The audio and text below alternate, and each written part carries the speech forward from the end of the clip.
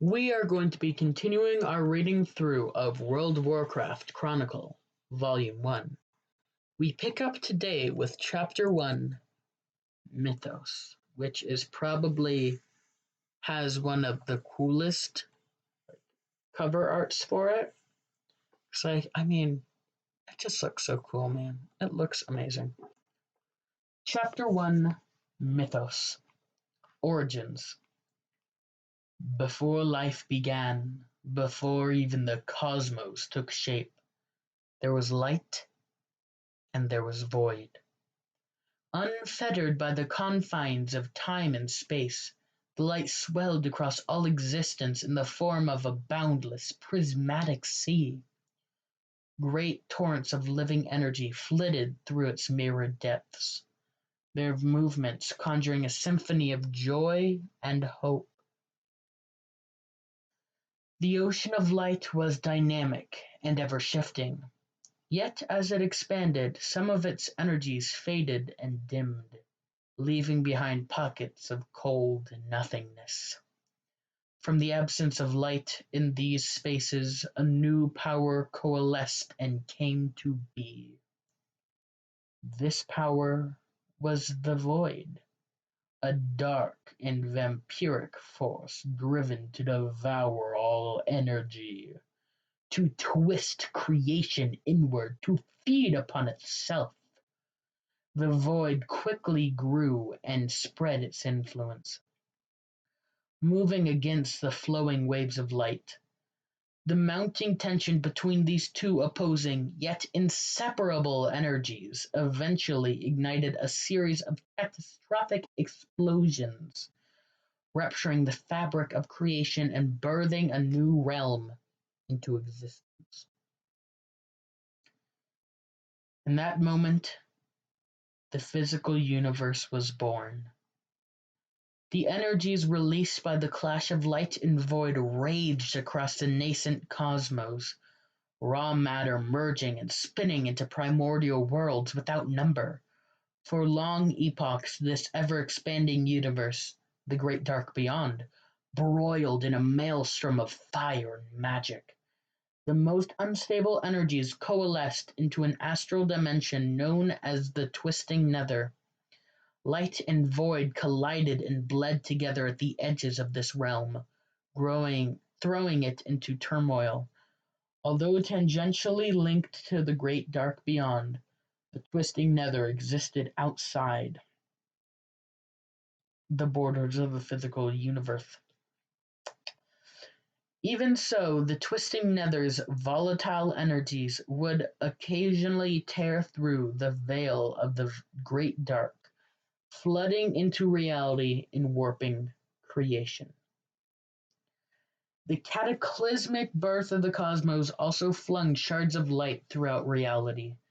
These shards suffused the matter of myriad worlds with the spark of life, giving rise to creatures of wondrous and terrible diversity.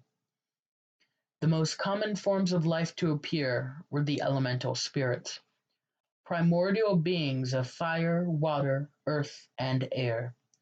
These creatures were native to nearly every physical world. Many of them reveled in the turmoil that held sway over the early ages of creation. Occasionally, clouds of fractured light gathered and gave shape to beings of far greater power, of far greater potential. Among these were the Naru, benevolent creatures composed of scintillating holy energies.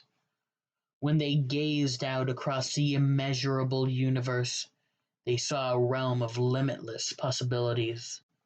The Naru vowed to use their mastery over holy magic to spread hope and nurture life wherever they could find it. Even more extraordinary than the Naru were the Colossal Titans. Their spirits, known as world souls, formed deep within the fiery core of a small number of worlds. For ages these nascent titans slumbered, their energies suffusing the celestial bodies they inhabited. When the titans finally awoke, they did so as living worlds. Cosmic winds howled at their gigantic forms, bodies shrouded in a cloak of stardust, skin crisscrossed with silvery mountain peaks and oceans shimmering with latent magic. With eyes that shone like brilliant stars, they observed the fledgling cosmos and became enraptured by its mysteries. Whereas the Naru set out to safeguard life, the Titans embarked on a different journey. They wandered the distant corners of the Great Dark, searching for others of their kind. This grand, far-reaching voyage would one day alter the course of creation and shape the destiny of all living beings.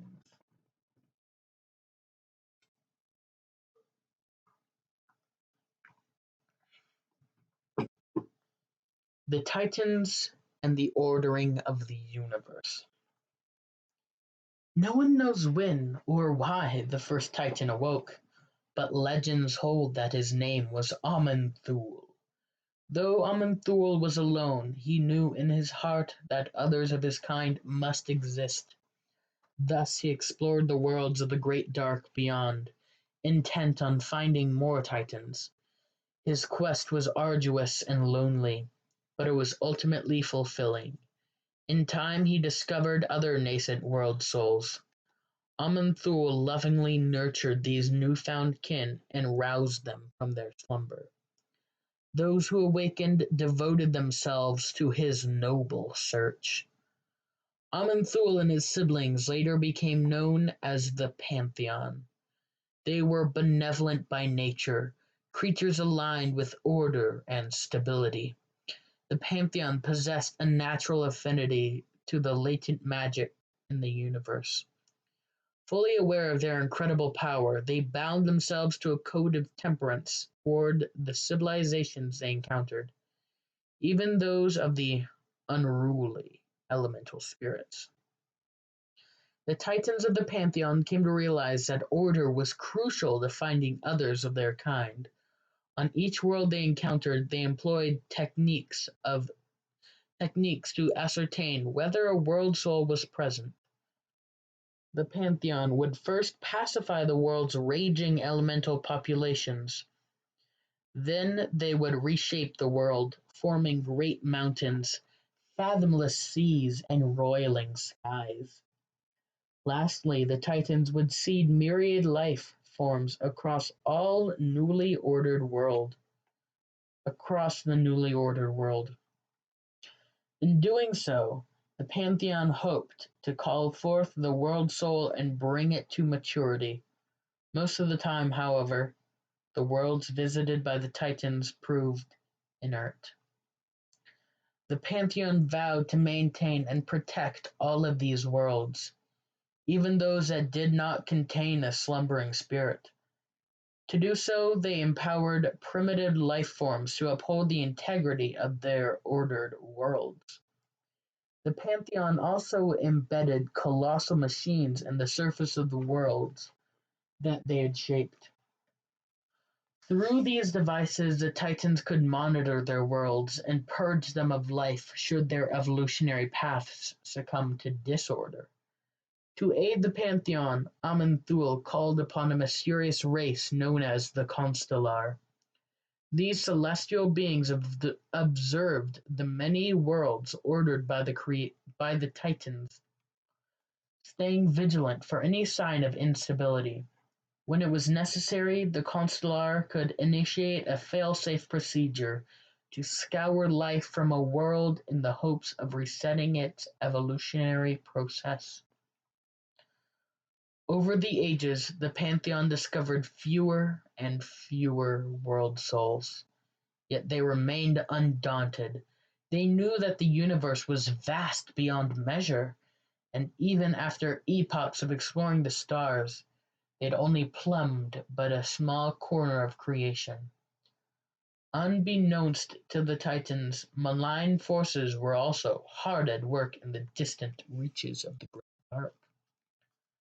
The Pantheon. We have Aman'Thul, High Father of the Pantheon. Sargeras, defender of the Pantheon, also known as the Mad Titan, the Fallen Titan, the Dark Titan, take your pick. Agrimar, lieutenant of the great Sargeras. Aona, the Life-Binder. Kazgoroth, shaper and forger of worlds. Norgannon, keeper of celestial magics and lore. Golganath, lord of the skies and roaring oceans. The Void Lords and the birth of the old gods. From the moment the cosmos came to be, dark spirits within the void sought to twist reality into a realm of eternal torment. These entities were known as the Void Lords, and they had long watched the Pantheon in their journey from world to world, envious of their power. The Void Lords sought to corrupt one of the world-shaping Titans into an instrument of their will. To achieve this goal, the Void Lords struggled to manifest in the physical universe. As they did so, their energies seeped into reality, warping some of the unsuspecting denizens of creation. Yet the noble and virtuous Titans proved impervious to this insidious corruption. Eventually, the Void Lords moved to exert their influence over Titan in its most vulnerable state before it had awakened. The Void Lords did not know which worlds contained slumbering Titan spirits. Thus, they pooled their power and hurled dark creatures through the physical universe, hoping some would smash into a world soul. An unknown number of the Void Lords' creations hurled through the great dark. They contaminated mortal worlds and everything else they touched in their blind search for a nascent Titan. In time, these wicked beings would come to be known as the Old Gods. Although the Titans were aware that void energies existed in the universe, they had no knowledge of the Void Lords or their old gods. The Pantheon's attention was consumed by another, more immediate threat: demons. These ferocious creatures had been born from the twisting nether, held in the thrall of unbridled hate and malice. They hungered for nothing less than the destruction of all life in the universe. The rise of demons. Just as in the great dark beyond, life had also arisen in the twisting nether. The creatures that emerged from this turbulent realm were known as demons. They had been formed as a result of light and void energies that had bled together at the border of the twisting nether. The demons embraced their furious passions and reveled in pushing the boundaries of their power, heedless of the consequences. Many of these aberrations indulged in the highly volatile energy that pervaded the nether. Some learned to wield the all-consuming powers of Fel magic. Before long, these bloodthirsty demons clawed their way into the physical universe, terrorizing mortal civilizations and bringing ruin to world after world. Demons came in many forms. Some, like the two-headed void hounds, roamed the trackless wastes of the nether like ravenous beasts. Others, such as the monstrous abyssals and infernals, were mindless amalgamations of matter and fell energy, created by more powerful and intelligent demons. Among these greater demons were the Nathrazim, otherwise known as Dreadlords. Cunning and manipulative, they dedicated their existence to mastering the arts of shadow magic. The Nathrazim relished infiltrating mortal civilizations, sowing unrest and turning nation against nation. As these societies devolved and crumbled from within, the Nathrazim would corrupt their populations, twisting innocence into new and horrific breeds of demons. The mighty Annihilan, or Pit Lords, took a more direct approach to conquering worlds. These monstrous butchers existed only to brutalize and torture the mortals who crossed their path. The Pit Lords often enslaved the lesser demons that stalked the Nether, using them as fodder to besiege the mortal civilizations of the great dark beyond. The Pantheon soon learned of the demonic incursions that flared at the corners of creation. Fearing that these demons would disturb the Pantheon's quest to find and awaken otherworld souls, the Titans dispatched their mightiest warrior, the noble Sargeras, without hesitation. The great-hearted Titan set out and pledged he would not rest until he had cleaned the universe of demonic influence. Sargeras and Agrimar. Even among the extraordinary members of the Pantheon, Sargeras displayed unmatched courage and strength. These traits would suit him well for the harrowing task of hunting demons. Girded by his unshakable conviction, he launched himself into the great dark. Sargeras was soon drawn to the worlds inundated with erratic and volatile energies. In these places, the influence of the twisting nether had spilled into the physical universe, allowing vast numbers of demons to manifest. For ages, Sargeras traveled to these beleaguered worlds, fighting to spare their mortal inhabitants from invading demons. He saw his foes reduce entire civilizations to smoldering husks, warping their denizens into hateful and depraved aberrations.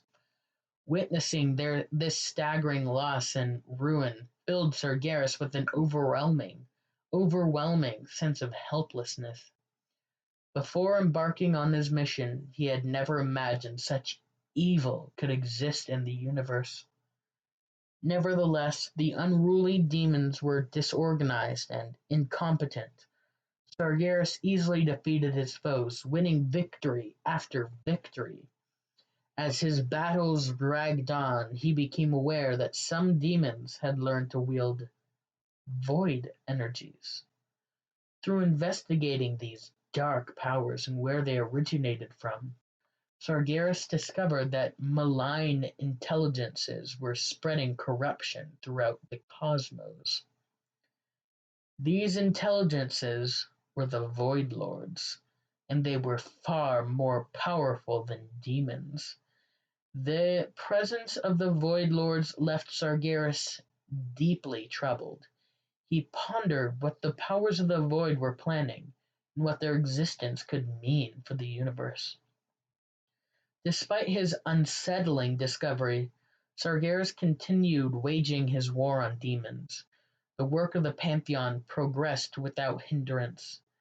They searched for nascent titans, ordering new worlds in the process.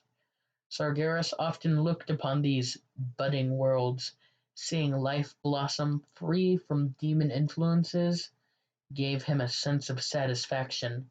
His love for life galvanized his will to confront the Void Lords and undo their sinister plans for creation, whatever those plans might be.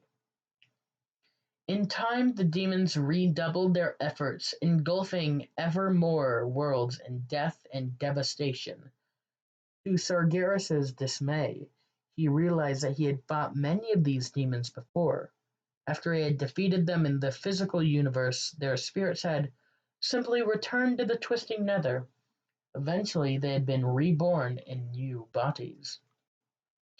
The only way to kill demons permanently was to slay them in the nether, or in areas of the great dark saturated with the volatile realm's energies.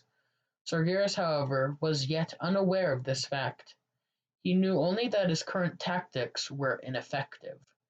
It was not enough to destroy his foes. He needed a means to contain them. Concerned about this development and the continued influx of demonic activity, the Pantheon sent another Titan to aid their champion. His name was Agramar, and though he was inexperienced in battle, he proved a quick study. He earned Sargeras' admiration and became the Titan warrior's trusted lieutenant. For many millennia they fought shoulder to shoulder, an impenetrable bulwark against a ravaging demonic onslaught. With Agramar able to hold his own in battle, Sargeras had time to closely study the properties of the twisting nether and find a way to contain demons. Though he hadn't yet grasped the volatile realm's full scale, he had learned how to manipulate and shape some of its energies. Sargeras used this knowledge to forge a prison within the Nether, known as Mardum, the plane of banishment. It would act as an impregnable pocket dimension from which nothing could escape. No longer would demons be reborn after defeat.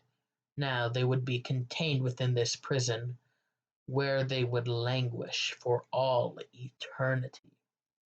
As Agramar and Sargeras continued their campaign, the prison overflowed with captive demons and their destructive fell energies. Soon these energies became so great that they began tearing at the veil between the nether and the physical universe. The prison appeared in distant reaches of the great dark as a burning, verdant star. Sargeras and Agramar's valiant efforts soon brought peace to the cosmos. Demonic incursions would remain a constant threat to the great dark, but they became increasingly rare. The Titans' worlds prospered and life, in all of its complexity, flourished. The Will of the Void. As the Pantheon searched for slumbering world souls, Sargeras and Agramar continued their hunt for errant demons. The two champions agreed that they could protect more worlds if they worked apart, only calling on each other for aid in times of dire need. Thus they went their separate ways. It was during this epoch that Sargeras discovered the full horror of the Void Lord's plans.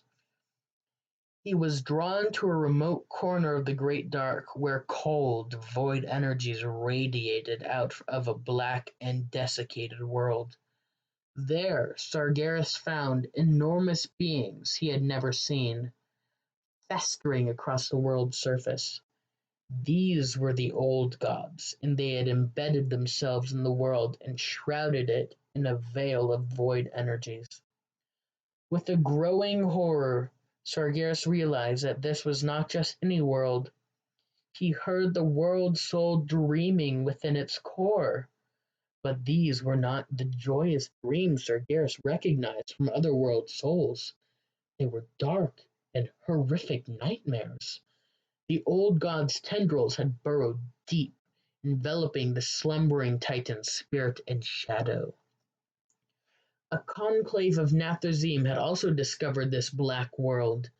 They came to dwell among the old gods, basking in their dark power. Sensing their evil, Sargeras captured and ruthlessly interrogated the Nathrazim. The broken demons reveal that they had learned about the old gods and the intentions of the Void Lords. If the powers of the Void succeeded in corrupting a nascent Titan, it would awake as an unspeakably dark creature. No power in creation, not even the Pantheon, could stand against it. In time, the warped Titan would consume all matter and energy in the universe, bringing every mote of existence under the Void Lord's will. Sargeras, the undefeated champion of the Titans, knew fear for the first time. It dawned on him that just as the Pantheon had been searching for world souls, so too had the Void Lords. Sargeras had never dreamed that the void energies could so utterly consume a slumbering Titan. Yet the proof was right before his eyes. Rage and anguish burned through Sargeras' soul. He smote the Nathrezim with a single blow, his fury so great that he utterly obliterated the demon's forms. Sargeras turned his attention to the black world itself. His heart ached with sorrow, for he knew there was only one way to stop the dark titan from rising. With the heave of his blade, Sargeras split the world in two. The resultant explosion consumed the old gods and their energies, but it killed the nascent titan as well. Sargeras immediately returned to the rest of the Pantheon and summoned Agramar to his side. Before the gathered titans, Sargeras recounted his discoveries. The other Pantheon members were stunned by what they had learned, but even more so by Sargeras' rash action. They chastised him for so needlessly killing one of their kin. He had called on their aid, they argued. They could have purged the world soul of corruption. Although Sargeras tried to convince them that what he had done was necessary, he came to realize it was futile. The other Titans had not seen what he had seen. They would never understand why he had taken such drastic measures. Apart from Agramar, the other Titans had not first-hand knowledge of the Void or demons. They could not fathom the depths of such malice and corruptive power. Heated arguments flared between Sargeras and the rest of the Pantheon concerning how best to deal with the threat posed by the Void Lords. Above all, Sargeras feared that if the old gods had corrupted one world soul, they might have corrupted many others as well. It might be too late to stop them.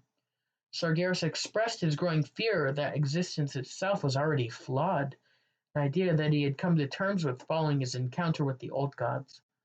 Only by burning away all of creation could the Titans stand a chance of thwarting the Void Lord's ultimate goal. In Sargeras' mind, even a lifeless world was better than one dominated by the Void. Life had taken root in the cosmos once before. Perhaps after the physical universe was scoured of corruption, life would take root once again. This idea horrified the rest of the Pantheon. Eonar the Lifebinder reminded Sargeras that the Titans had sworn to protect life, living things, whenever possible. Nothing could be so dire as to warrant systemic extinction. Even Agramar stood against his mentor, arguing that there must be another way to defeat the Void Lords. He urged Sargeras to abandon this dark plan and reason out another solution. Overcome with feelings of despair and betrayal, Sargeras stormed away from the other Titans.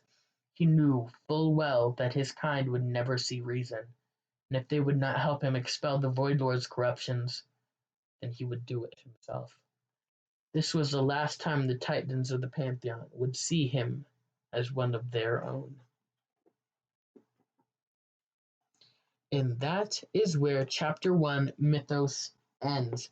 Thank you so much for listening to this, and I will see you next time with Chapter 2, Primordial Azeroth. And I think this one is quite long, isn't it? Oh, there's my bookmark. I forgot about that. It has really cool art, too.